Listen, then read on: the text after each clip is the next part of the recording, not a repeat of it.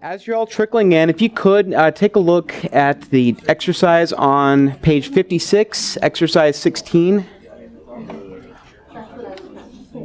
and take just a minute or two to go ahead and take a look at that. Thank you for being here. Thanks for being a part. Thank you for your commitment, for your dedication, for your hard work. And I know it's paying off already, just the stories that I've heard and the things that I hear. So, thank you so much for caring for kids in our community.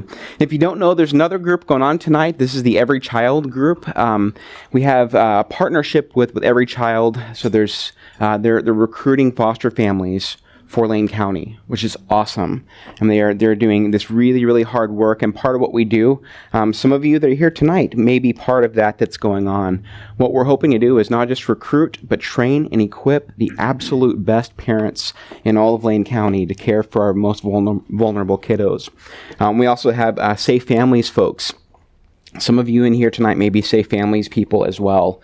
And this is kind of our preventative caring for kids who are at risk program that I talked about a few weeks back. And I'll send out another email with some links to those organizations because they really are fantastic at caring for kiddos. But we're going to wrap it up tonight. We're going to kind of pull everything together. You are some really bright people at this point. You know so much, and I'm glad to be in the same room with you. TrueInsightParent.com, this is where you want to go to check on our new trainings. We have 3 groups coming up. We have one starting at Northwood Christian on April 4th, and then May 2nd.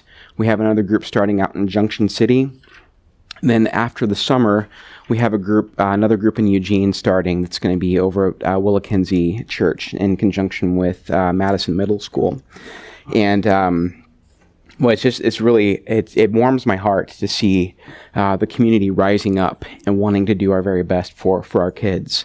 And it's a beautiful thing. So all of the signups for the trainings are on the website. Also, all the resources. If you want new packets, if you want a workbook to give to someone else, if you want videos, we're in the process of videoing all these. Oh, and Jeff Geyer back there is our videographer. Give him a hand.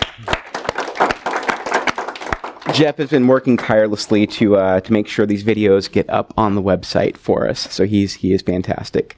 Boy, it takes a team, doesn't it? So yeah, and I'm constantly updating this with new videos, stuff that I find, things that I think are important for parents to know. Every video that I show in class is linked to the week that you've watched it in class. The videos that we watched tonight will all be up on there.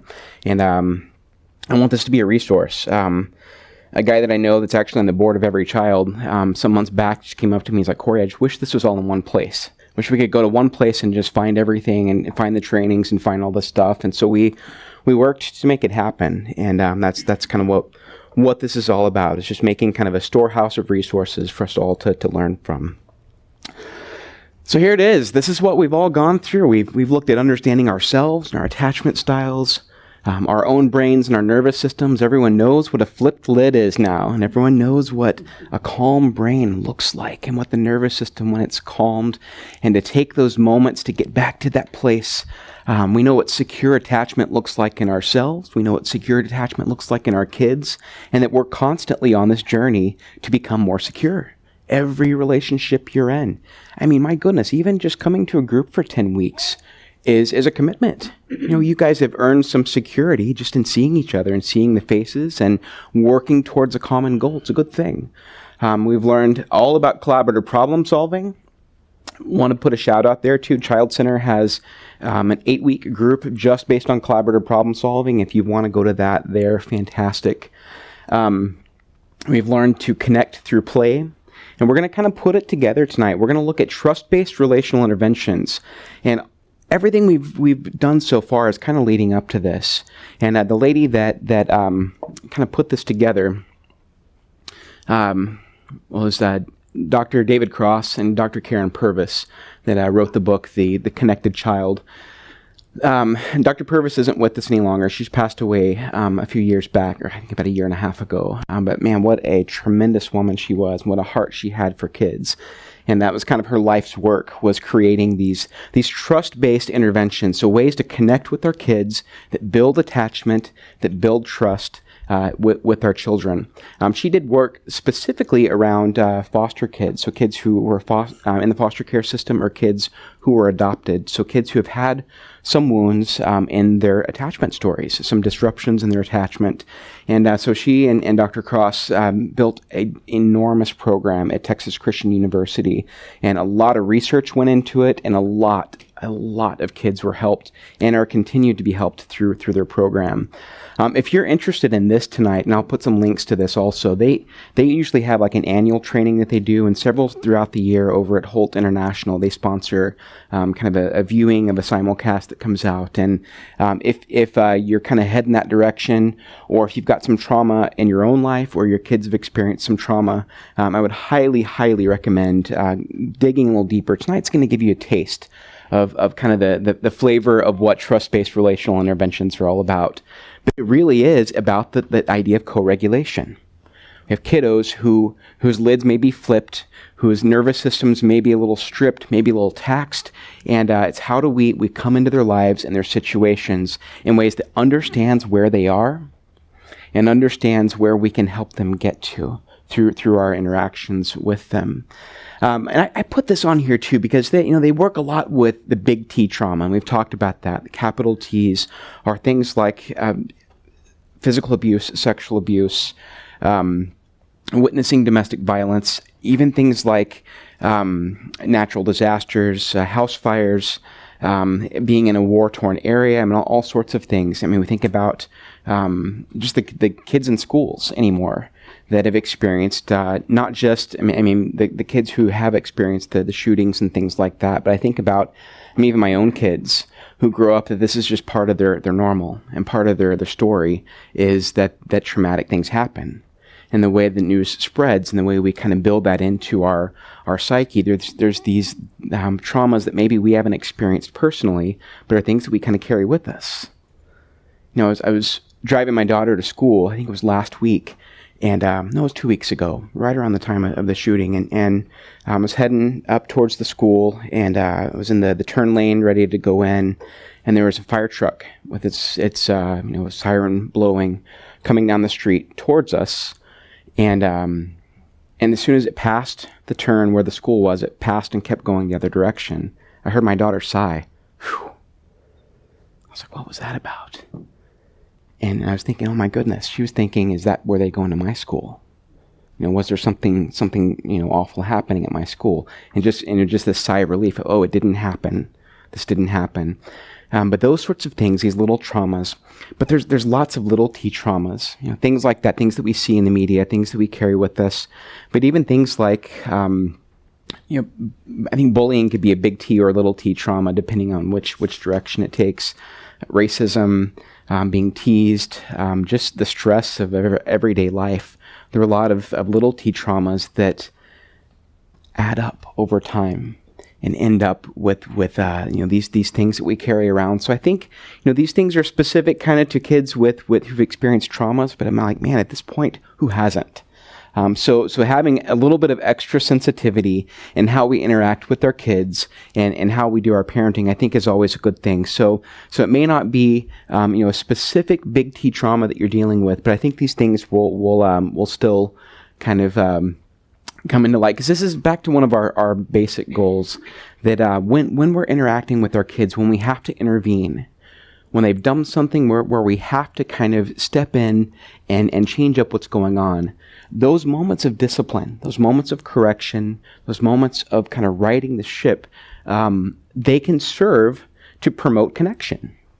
Just intervening, just correcting, just using that discipline word that we go back to our first week, everyone wanted to know about discipline. How do we discipline? Discipline is about connection. It's about trust and attachment, and positive behaviors, and brain growth can happen through this. And ultimately, enjoyment of the relationship is something that can be built through that. So, yeah. How do you help? I mentor a lot of kids that have special needs, and I also mentor a lot of kids that have troubled behaviors and that like to hang out downtown. How do you mentor a situation to where a person has been bullied, cyberbullied, school bullied, and it's led to their suicide? And how do you mentor the kids that knew that person? What do you say to them? How do you help them? Man, that's a great question. Because I mean, there's suicides in our community fairly, and just recently there was another one, and there's lots of questions that would be a trauma to that. I think understanding it goes back to our empathy. When we can't do anything else, just sitting with that person being there. We don't have to have the right answers. Remember back to the Brene Brown video where it's just like, hey, I'm here with you. I'm just gonna hold you in this moment. We're gonna hold those feelings. I'm not gonna tell you how you have to feel or what you should do or what you shouldn't do. I'm just gonna be there with you in the moment. And I think tonight probably we'll speak to some of that too. So hang in there as we'll go a little further into this. So this video kind of gives an overview of the whole TBRI process, trust-based relational interventions.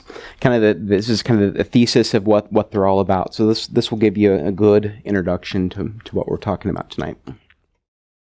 TBRI, trust-based relational intervention, has at its core building a trusting relationship.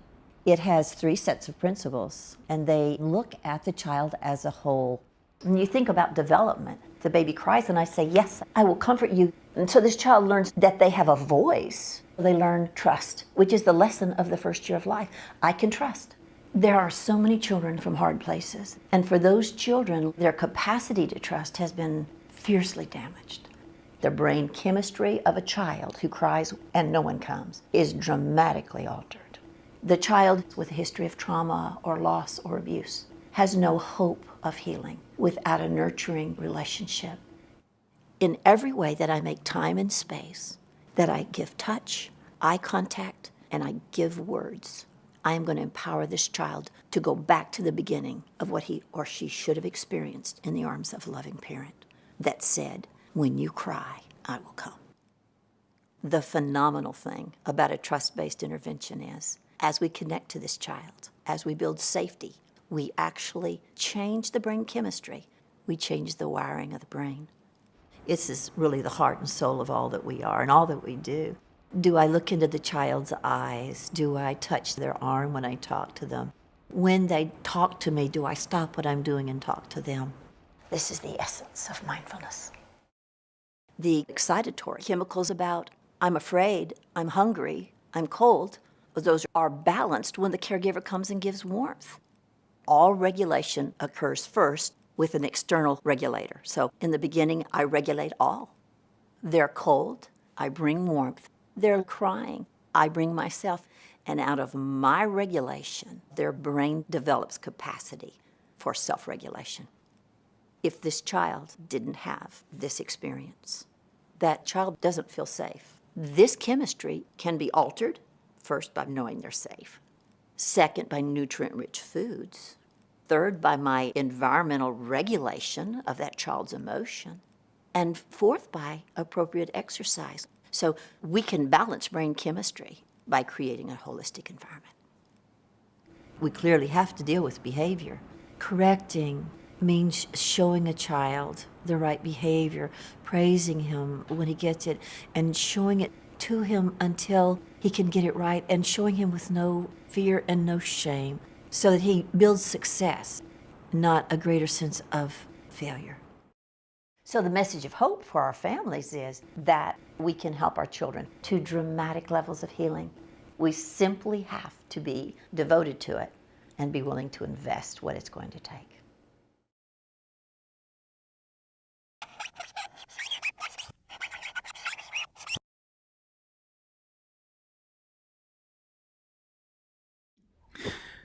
Pretty interesting, huh? Now, I love showing this towards the end of this series because you guys get this now, right? I mean, you understand when she's talking about a baby that doesn't cry, a baby that cries and no one's there, what kind of attachment is that? It's less the detachment. They're detached. Anyone remember the style of that? And they feel They can be avoidant. They could become avoidant of why even try. You know, if I've let my voice be heard and there's no one there, I may back off. And that does something in the brain, that there are brain chemicals that are connected to that. We know that now. And we know from Bruce Perry in the video about trauma several weeks back, it takes how many people to change the course of that?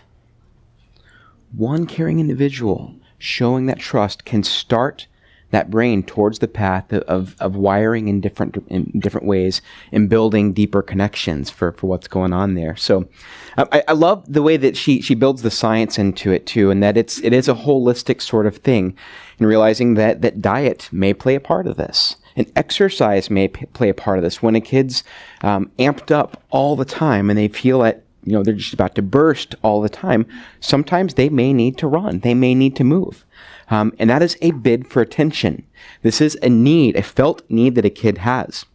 And when you see these kind of big movements, or the hyperactivity, or the just, you know, gotta move, gotta wiggle sort of thing, that's them letting you know, hey, I've got a need.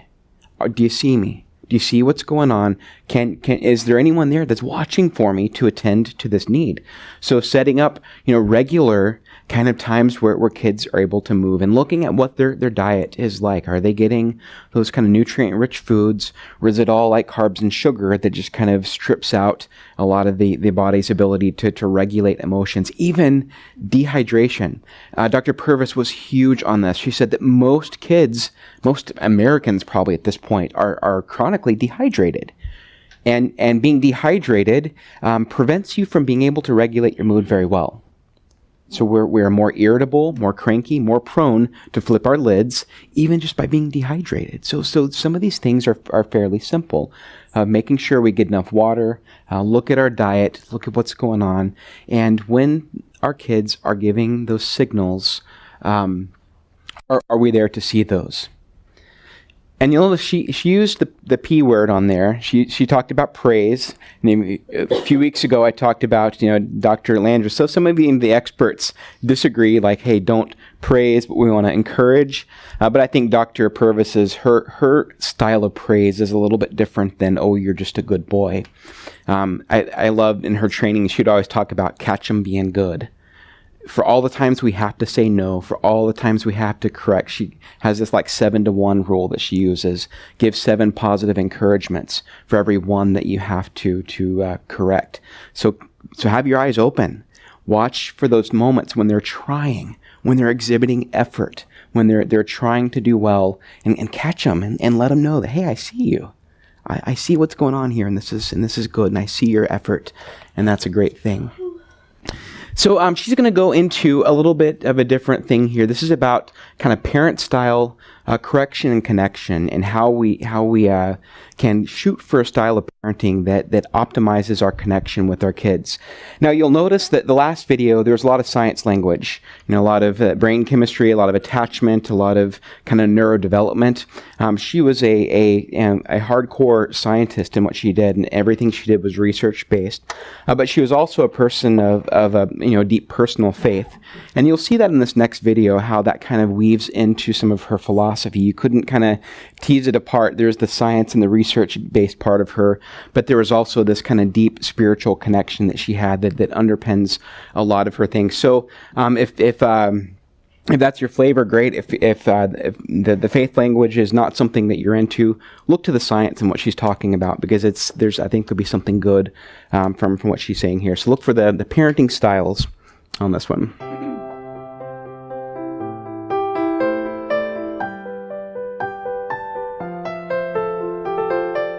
One of my greatest sources of sadness in the church ministry for children from hard places is that there is a great deal of punitive practice that bears the guise of the heart of God.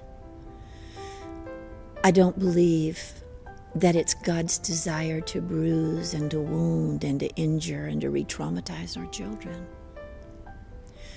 We have so many children who don't feel safe in their families. So many children who don't understand how they're loved because parenting practices are harsh and punitive. In our work, We say there are disconnected parenting strategies and there are connected parenting strategies. We want to use the connected strategies. We believe that's the heart of God. Some parents may have been led to believe when I finish disciplining a child, they should be frustrated and angry because I've thwarted that sin that's within them. But if I understand the way that God loves me and disciplines me, when God disciplines me, my behavior is changed. I feel more connected to Him than I did before. And I feel more content because I know of His love for me. That's what I want my children to have when I work with them. Now, some parents will say, well, that's not what happens at our house. So we say, think about 3 connected words, 3 disconnected words. When you finish discipline, is the behavior deferred? They just do it again when you're not looking? Are you and the child more discontent with your relationship? Do you feel more disconnected? If you see those 3 Ds, I'd encourage you to explore the heart of God and how He disciplines us. When we finish working with a child, we want the behavior, we want 3 Cs. We want the behavior changed, corrected. We want that child to be more connected to us than they were before. And we want that child to be content because they have succeeded. And I know that as a caregiver, I'll be more content because I empowered that child to succeed.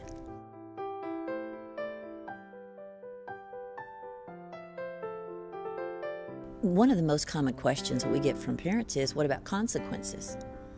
Well, I understand that consequences are a fact of life. There are consequences. There are good consequences for some behaviors, and there are not so much fun consequences for some behaviors. But I'm not a fan of families using consequences as their primary means of correction and discipline. Now, sometimes I use consequences, but a cycle that begins in families is parents who are focused on consequences for discipline begin to see the child's misbehavior and they assign a punishment, misbehavior, punishment, misbehavior, punishment. And before long, we're driving worse behaviors because the child doesn't feel understood, doesn't feel felt, the child doesn't feel connected. In many ways, our parents unwittingly become the warden, not the coach. So if a child says to me something mouthy, I would prefer to do a redo. Try it again, buddy. That's not how we talk to each other. And then when that's over, it's over. But if I give a child a consequence that they wait till evening to fulfill or they're grounded for 3 weeks, I create a negative cycle with my child. Now, I don't want to misguide you. I'm very diligent about behavior. I'm very proactive about helping children learn new behavior. But if I can do it through playful engagement, if I can do it through, try it again, buddy, I can very often align with my child in the way that they know I'm their advocate, I'm their coach, I'm their ally, and I'm going to help them face down anything that happened to them before they came to me. We're going to do it together.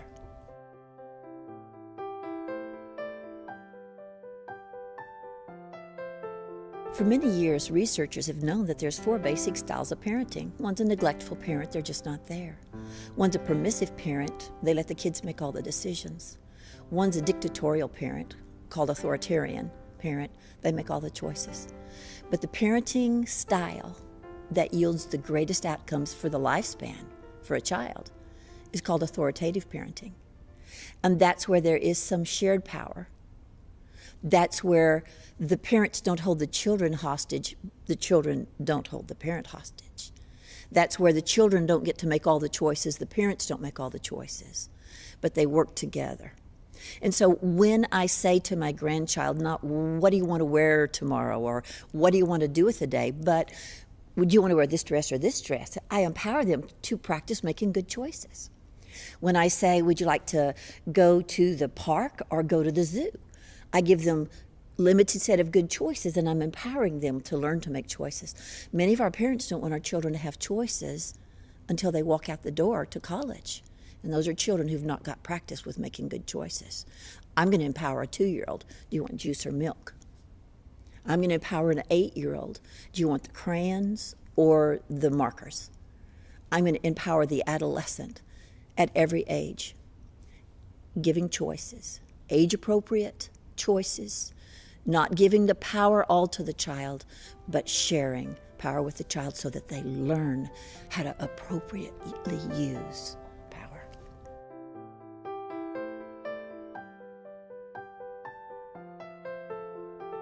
We very often will encourage families to try compromise with their child. Well, that's a little bit of heresy in some families, because how can you share power in that way?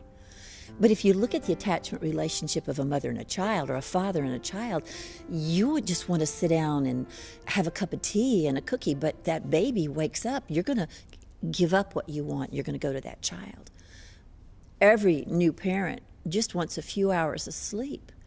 But if your baby wakes up and cries, you go to your child. You share power for making choices. One of the most profound things we can teach our children is that we're going to work with them. Now, sometimes they have to accept no. But if I can share power with my child, appropriate levels, I'm not talking about letting the child take me hostage, but neither do I want to take the child hostage. If I can let that child weigh in, and if I can give a choice, give a compromise, I'm going to. And in that way, I strengthen my relationship to the child. And in that way, I strengthen the child's knowledge that I'm their coach and that I'm their advocate. And in that way, I strengthen my child's ability to heal.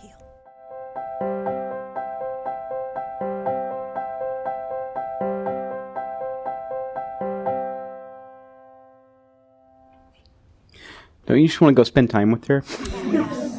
Call her like a child whisperer. She just, I love the videos of her just like the kids that be in this like huge meltdown, and they just kind of would melt into her arms, and because of that soothing, she just emits, I'm here, and I see you, I care, all those being with attitudes. She's an insightful lady. My goodness, she gets kids do well if they can.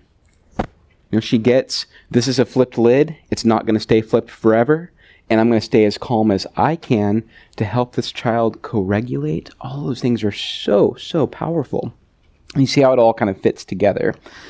Idea of sharing power. Has anyone heard this before? Is this new? Anyone grow up in a shared power sort of household?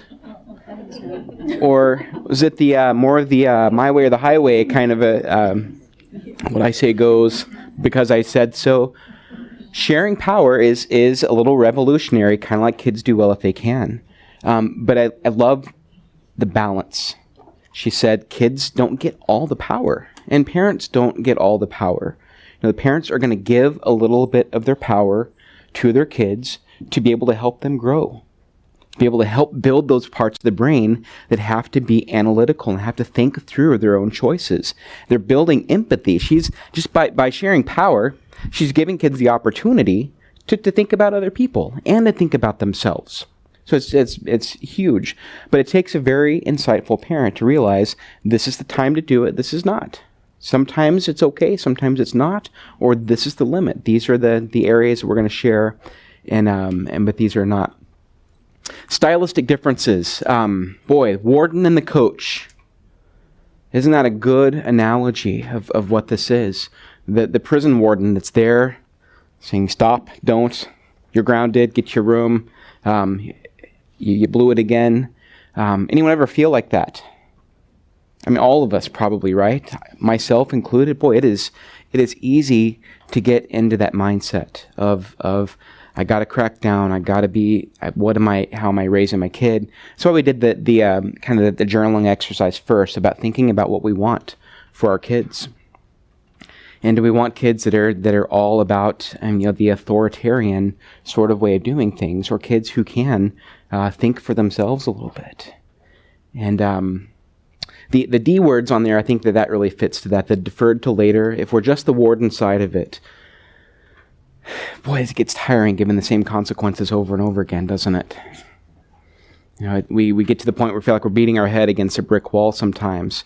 And if it's just purely consequences and we're not gaining any ground, eventually it's going to be a kid who feels like, okay, I did the crime, I'll do my time, and I'll just wait till my next opportunity to do this again. Is the style of how we're intervening with our kids kind of promoting that sort of activity? And the discontent. You know what a discontent kid looks like, right? You can picture it in your mind, just that deflated, that sense of I can't do it, I've messed up again. Kids don't like feeling that way. They don't like, contrary to popular belief, they don't like upsetting us. Kids will do well if they can. They prefer if they can get what they need and their grown-ups are still smiling at them. It's a lot of work to go through life having to get your needs met by falling on the ground or throwing a tantrum or throwing attitude. That's just a lot of work. And it's also a lot of work to continually try to chase that again and again. And the disconnected. Boy, I've been there where you feel like, man, I just feel like there's this wall between us right now. And if there's anything we can do to get through that wall, I think that's a good thing. So the idea of the coach. Well, I love living in Tracktown, USA. There's some great coaches, right? And we got our Ducks, and we got our sometimes we've got great sports teams going on here. But I like thinking about even some of the elite, world level athletes that compete here. And I love going to the Olympic trials and seeing these people. And I love how you see that the athletes don't just do it on their own, typically. Even the world-class ones, right? I think the sign of a great coach is they can get you to do what you never thought you could do on your own. Those things that you felt like you couldn't do. They are somehow able to dig in there, and it's like you can fly, you can jump, you can soar, you can do whatever it is. So thinking about parenting as a coach, that we can help our kids be able to do the things that they never thought that they could do on their own, because we're there to encourage, we're there to catch, we're there to guide, and we are their supporters. We are on their team, we are on their side. And ultimately, when we're coaching, that's the whole job of a coach, is to change behavior, right? If you're a sprinting coach, you want to change the behavior so the sprinter is faster than all the other sprinters. Whatever it is that they're doing, they're changing behavior. Same thing with our kids. We want to change the things that are holding them back. Those things that are not good for them socially, emotionally, physically, whatever it is. We want those things to ultimately be changed, not just that they're sneaking around and doing it when we're not looking. We want to coach them. Child feels content when we're coaching them. And when we are parenting through that level, when we're not just the warden, but we're the coach, they feel a sense of, I can do this. Kids do well if they can. We're going to help them do those things that they're not good at. We're going to understand their lagging skills. We're going to maybe even understand that their brain is not working maybe the way that they would hope for it to. And we're going to help them get to that place, encouraging them all along. And we want them to feel connected to us. I want that brick wall gone. I want a kid who I feel close to now, and I feel close to when they are 20, when they are 40, when they are 60. Like I work with Steve over at CAFA says, be nice to your kids because they're going to choose your retirement home. So think about that in terms of we want to build good relationships now, but not just for now. We want to build strong connections with our kids that last. Part of this is, when they're 20 or 30 and they're thinking back, why didn't you tell me no? Why didn't you set some of those limits with me? I want to be able to have good answers for that. And I want to think that, there are times when I'm going to have to say no.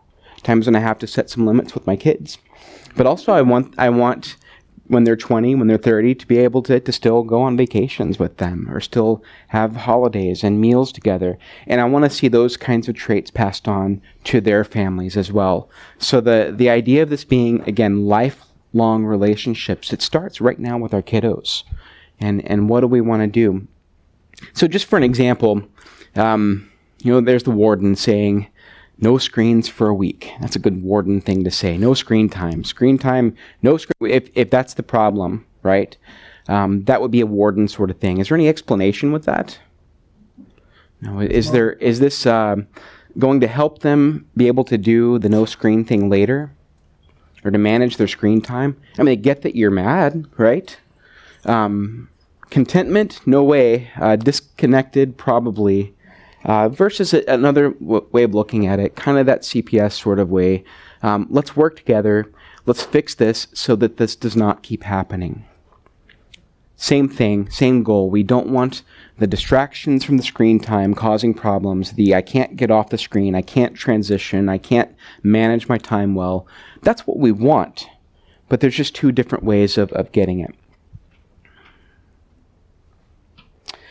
Redo. Has anyone ever heard this one before? And she mentioned that just really quickly, but I love this idea. This is where you give a positive opportunity for the child to change the behavior without punishment or fear. This is just, hey, I noticed this is what happened. Would you like a chance to redo that?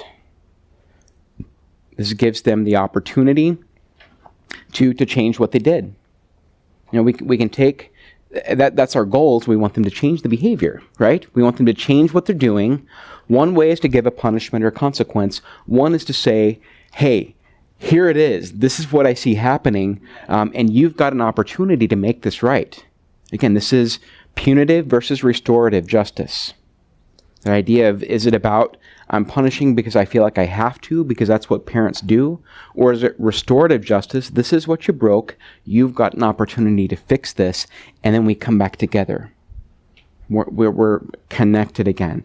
It also sends that message, everybody makes mistakes. Looks like you just made one here. Here's the opportunity. Here's the opportunity to fix it.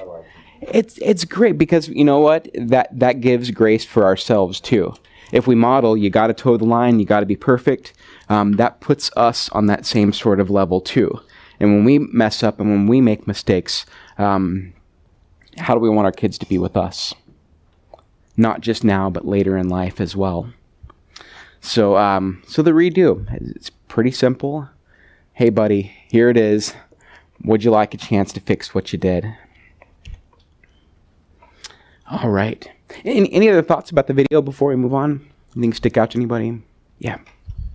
I like the idea of the like, this is the situation, the redo for the child versus the just constant scolding, and Sure. demanding punishment. Or the just absolute opposite, which is just total freedom, do whatever you Yeah. want. And then the kid's saying like, no, that's a bad idea to the parent. Absolutely. It's all about balance, isn't it, Sage? I mean, she mentioned the 4 different styles of parenting. There's the anything goes, the permissive, you can do whatever you want, or the absent, I'm not even seeing it, or the authoritarian, which is my rules, my house, you better do what I say or else. And then there's the authoritative, where you're still the authority, but you're the kind of authority that kids want to go to. You've got the answers, you've got the help, you've got the encouragement, and they've found that that's kind of the style that gets the best results long term. And this kind of comes down to efficiency. I mean, how hard do you want to have to work? Being authoritarian is a lot of hard work. Being the warden, you had got to be constantly on, catch every little thing and fix it, nip it in the bud. And the likelihood of actually changing the behavior is fairly low compared to the authoritative parenting.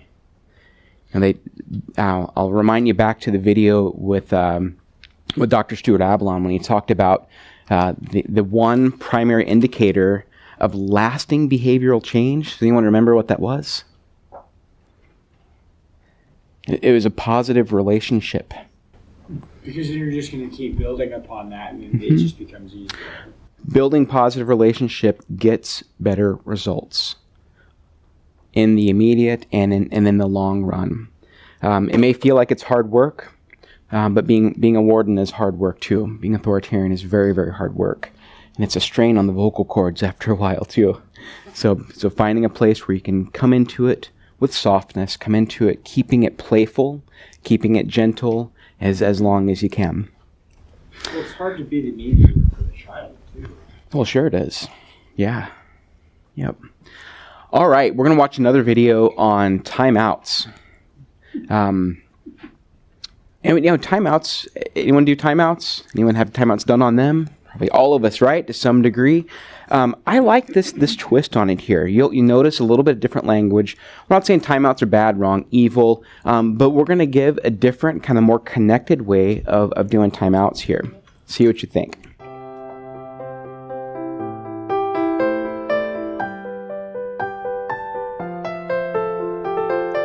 Time in versus time out is a concept that many families find richly rewarding, although initially challenging. When my child misbehaves and I say, go away from me until you can behave, I'm forgetting the fact that they need me as the parent to help them learn to regulate. So if their brain didn't mature because they didn't have a parent to regulate their needs, now I'm sending a child who emotionally needs connection and who cognitively needs direction, and now I'm sending them alone until they can succeed. Beyond unreasonable if you think about it in terms of brain development.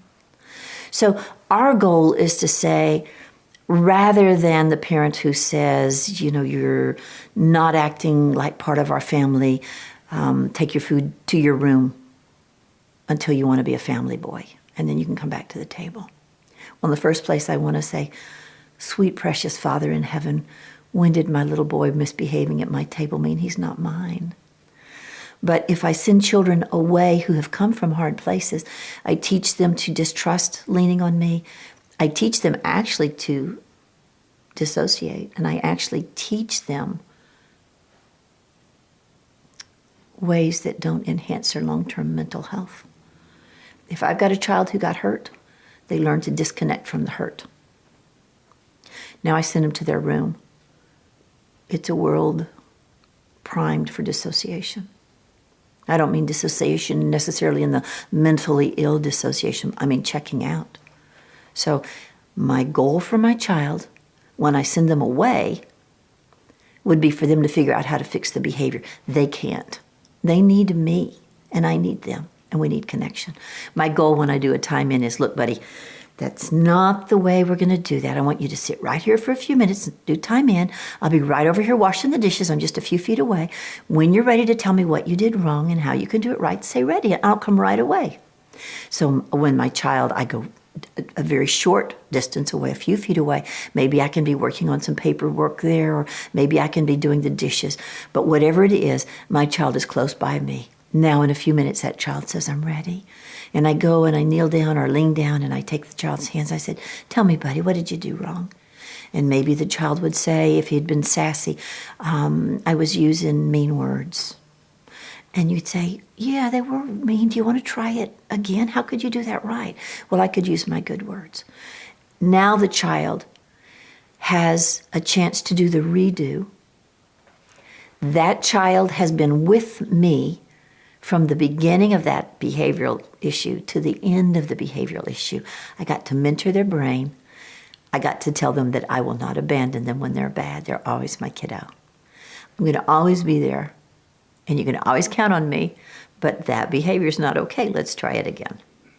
So time in teaches my child how to problem solve for life. That is, let's go to the problem, let's work it out together.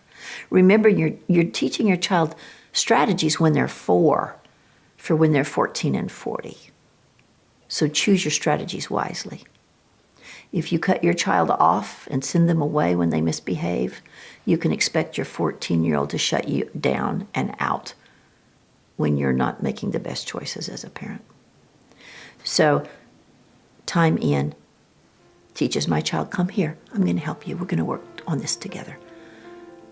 It's a vastly different message than sending a child away.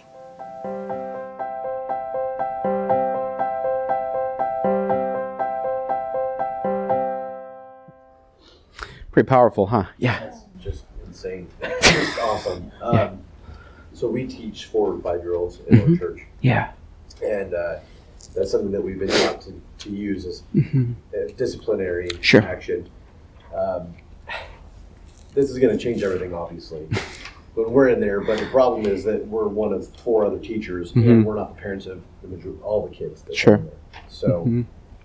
I mean, I know this will be helpful, but how does it actually help them Mm-hmm. when they go home? Yeah. Well, you're one person in their life, right? Okay. You can make that impact in that moment. And again, it's easy to kind of shame timeout. I mean, timeout was like this whole, we're going to do something different than corporal punishment, so let's do timeouts, which is a step in a good direction.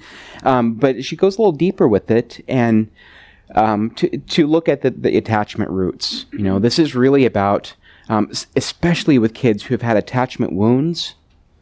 And sometimes we know that they do, and sometimes we don't. You know, but if they've learned that when I get close to people, they hurt me, or they've learned that when I'm bad, I get pushed away. That avoidant, that dismissive, the fearful, disorganized.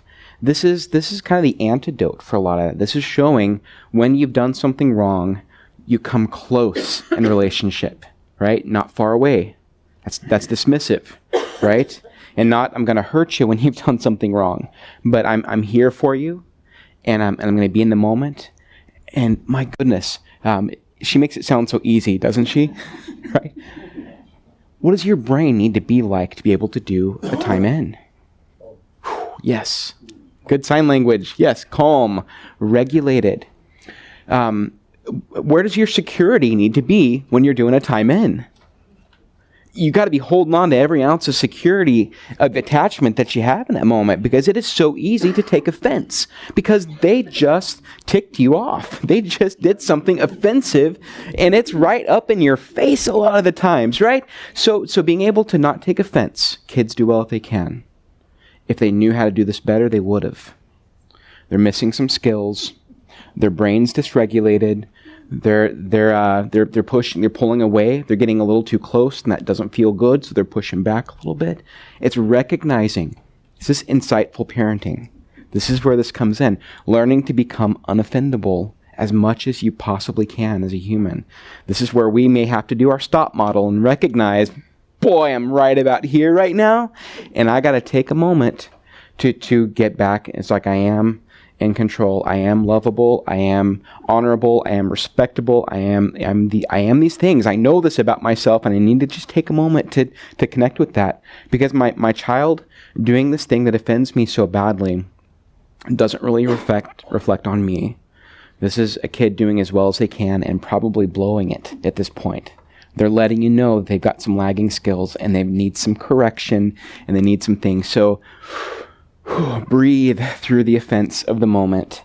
And if you can keep that kiddo close by, boy, that's great. And I won't say there's never a time when you need to disconnect. You know, if you're at the point where your lid is flipped and their lid is flipped, and you know that time in just isn't going to happen, right? You know that if I'm staying in the close proximity of this kid, things are going to get bad. Do what you need to do to take care of yourself. Right? Because trying to do time in with a kid when you've got a flipped lid is a recipe for disaster also, because they're going to, the message is, when I do something bad, I have to stay really close to this person who's really angry at me and is saying maybe hurtful words also, and they've got those things. So yeah, do what you need to do. But if you have that as a goal to show when we have a problem, when we do these things that maybe are hurtful towards each other, what we do is we come together. We work these things out, and we can connect, and we can restore the relationship. See a lot of hands. Yeah, good. What about a kiddo that runs away? Oh. How do you time in them? Sure. Well, back to safety. You may have to plan A that one and say, okay, kiddo, you're not going to run right now. If it's a safety issue, keep the kiddo safe. You know, but if they're in a place where they can stay right here. So it's back to the consequences of you ran. Do I send you off to your room by yourself, or do we stay close together to work this out? Get things back to a calm space first, then go into whatever you're going to do next, your intervention. She mentioned doing the redos when you're doing your time ends. I'd throw in there doing a plan B. That's a perfect time to do a plan B, problem solving. Of okay, things are calm. We're ready to talk about this. Maybe we can go through this right now. So things to think about. Yes. How do you implement this when the kid is in the corporate setting and they smack another kid? That's a good question too. Not towards you, but Sure. someone else. I think keeping it safe again. Also, in a corporate setting, yeah. I think same message. How do we deal with things?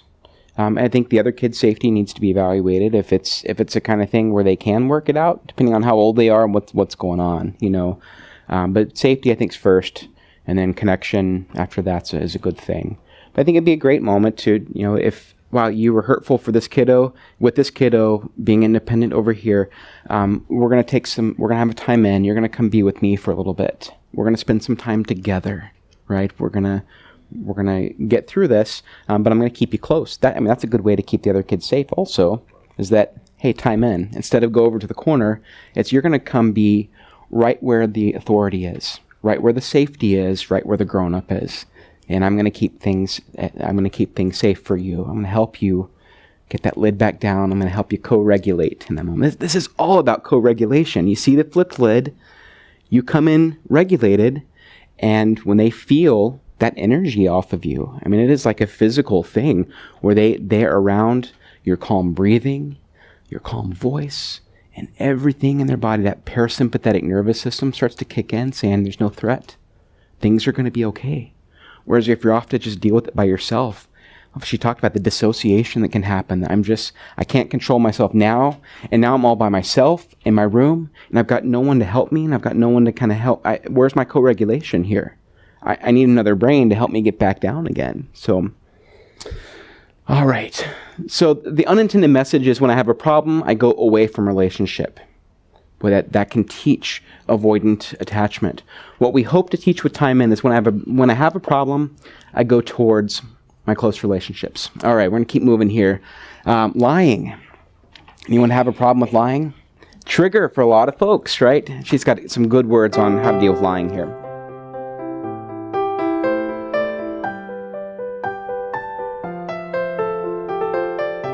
There's a developmental stage at about 4 to 6 where kids are going to explore the truth. If the child didn't go through a normal developmental sequence at 4 to 6, they may explore it much older. So you may bring home an adolescent who's never had the normal developmental trajectory, and they may explore the boundaries of the truth. So a first thing to bear in mind is that exploring the parameters of what's really true is part of the developmental sequence. A second thing to remember is you need to be thinking about your own example, because, for example, if your child picks up the phone and says, "Mom, it's so-and-so," and you say, "Tell her I'm not home," it's going to be really pretty hard for you to hold your child accountable to a high level of truth. A third thing to bear in mind is the purposes of misbehavior. There's always a reason and a purpose. There's always a function for misbehavior for us as well as for our children. For a child of any age, a misbehavior has either a conscious or an unconscious purpose, a goal in mind. So I have to explore as a caregiver, as a parent, does my child believe they have to lie to get this need met?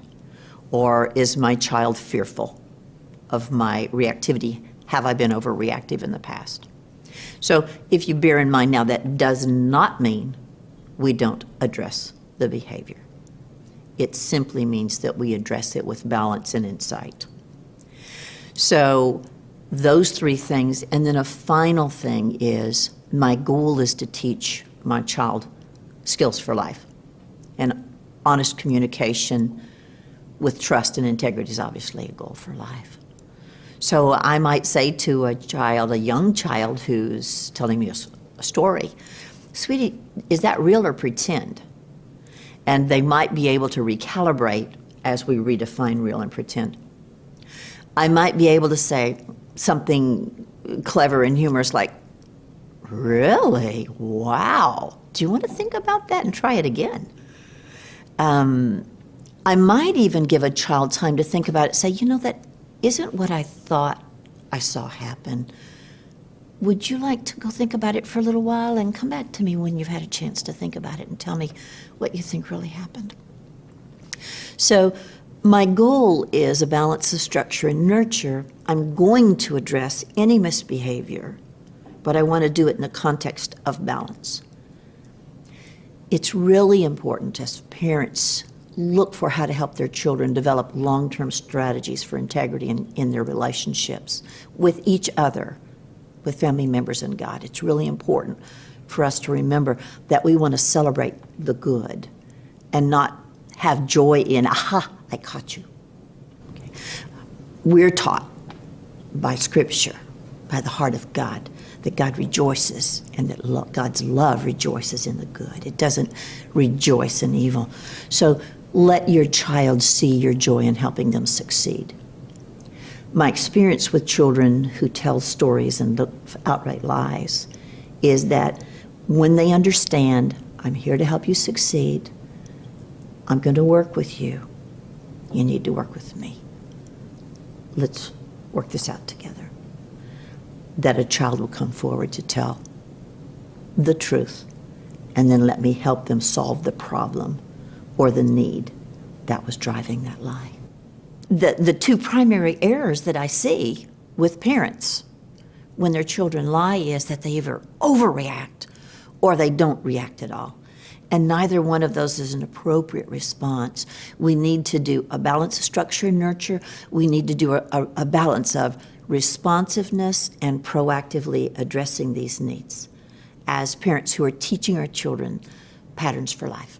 The issue of lying comes up frequently for parents. I know it has for me. And as I began to look at this and the challenges that lying creates for me as a dad, I realized that, frankly, a lot of it was rooted in my own past. I can remember vividly the destruction that lying had created in my childhood, in my upbringing, whether it was the lies that I told or the lies that I was told. And so I came into adulthood and into parenthood more specifically with a lot of baggage around the issue of lying.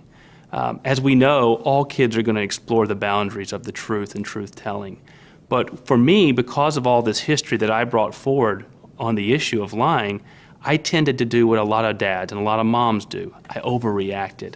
I came down on lying as if it were the sin above all sins. And while it's not a good thing and we don't want our kids to lie, we also need to make sure we remain connected even as we help teach and train them in truth-telling. The other tendency that some parents have is to completely ignore lying, to excuse it or to justify it or to somehow wish it away. And the reality is that we have to deal with lying when it comes to our kids. But the question is, how do we deal with that? Is there a way to deal with lying so that our kids and us stay connected, so that we can train and teach them, so that we can build into them the value of truth-telling, that it pleases us, it pleases more importantly God, and that it helps keep trust in relationships as opposed to tearing it apart? I've discovered that the answer is yes, that we can come about the issue of lying in a way that keeps us connected with our kids. I think it's also important to recognize that sometimes I have a tendency and other parents have a tendency to want to catch their kids in a lie so that they can use that as an example and then make a big deal of that and teach them. And at the end of the day, I want to celebrate my kids' successes. I want, even in those situations where they're coming to me and maybe lying is going to be something they're going to turn to, I want to be able to say to them, hey, you know what? It's really important that you tell me the truth. All right, so there's the balance, overreacting, underreacting. These are just great things. What was it, real or pretend? Keeping it playful. Can you think about that for a minute? Try it again. Let's try that again. At some point, exploring the truth and falsehood is developmental. There's another piece of this I want to just mention also. This is about a condition called, there's a few things. One of them is thinking about lying as a survival tool. So thinking about when they talk about kids from hard places, if we're looking at kids who've experienced abuse, neglect, hard things in their lives, sometimes lying was a mean of survival for some kids.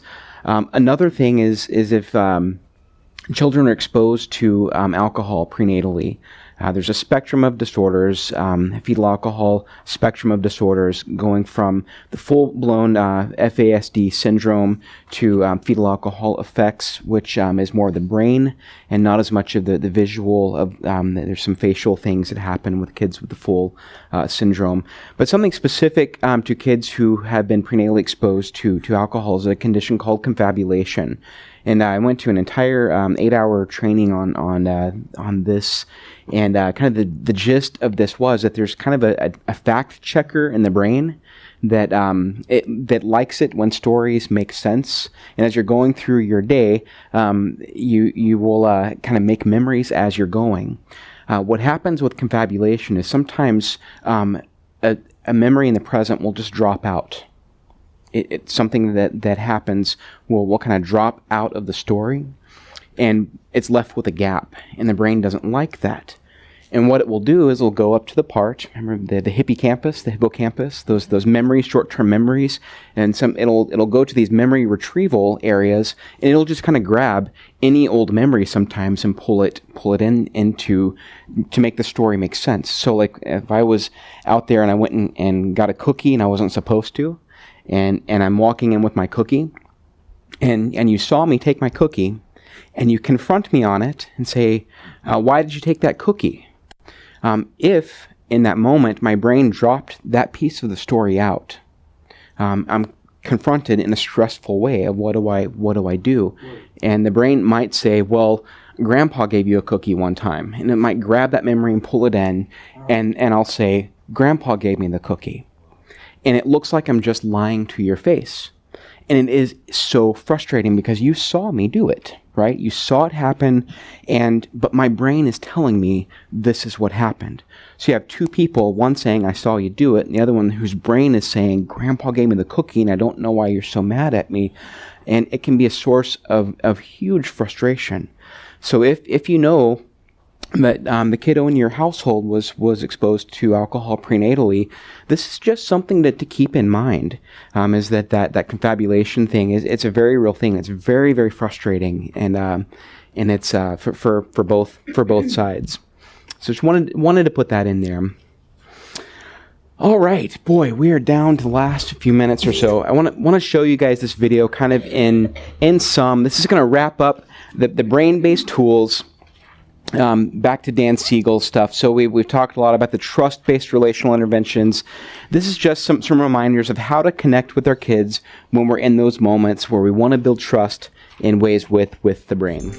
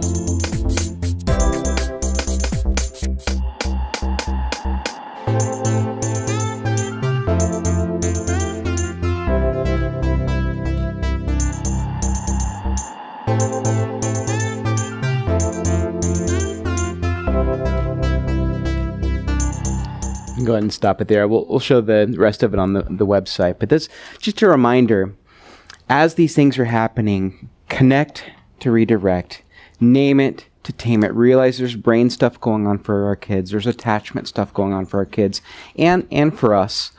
And remember also what this is all about is the heart of discipline is really about learning and connection.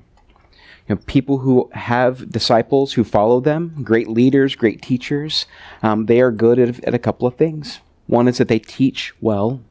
Another is that they build relationships well. And if we're hoping to build discipline with our kids, build discipline within our homes, teaching our kids the things that they need to know, but also building those relationships is super important. And remember the pillars. Doing this through humility, through generosity, and with empathy. I love the image there of just like someone guiding the path for another person. This is the opportunity that we get to do as parents, is we get to guide the way, we get to lead the way, and hopefully what we have is that light and that lantern through the darkness saying, hey, follow me. I've got a way that you can do this, and I'm here for you, and you don't have to be afraid, and I'm not going anywhere. I'm always here for you. But doing it with humility, we can always learn new things. Be generous with your time, generous with your kids, and try to look at the world through the way the world, the eyes of the child and how they might see the world. Boy, it has been an absolute pleasure, folks. Man, just take this, folks. You have absorbed so much information, and I want to just encourage you to look back on this. Think when stuff gets hard, when things get difficult, go back to the basics of I'm here and I see you and I care. Remember that we all do things for a reason. Think about your attachment styles, think about your brain, and do everything you can to just be there for your kiddos as much as humanly possible. Thank you so much. I'll be in touch. See you later.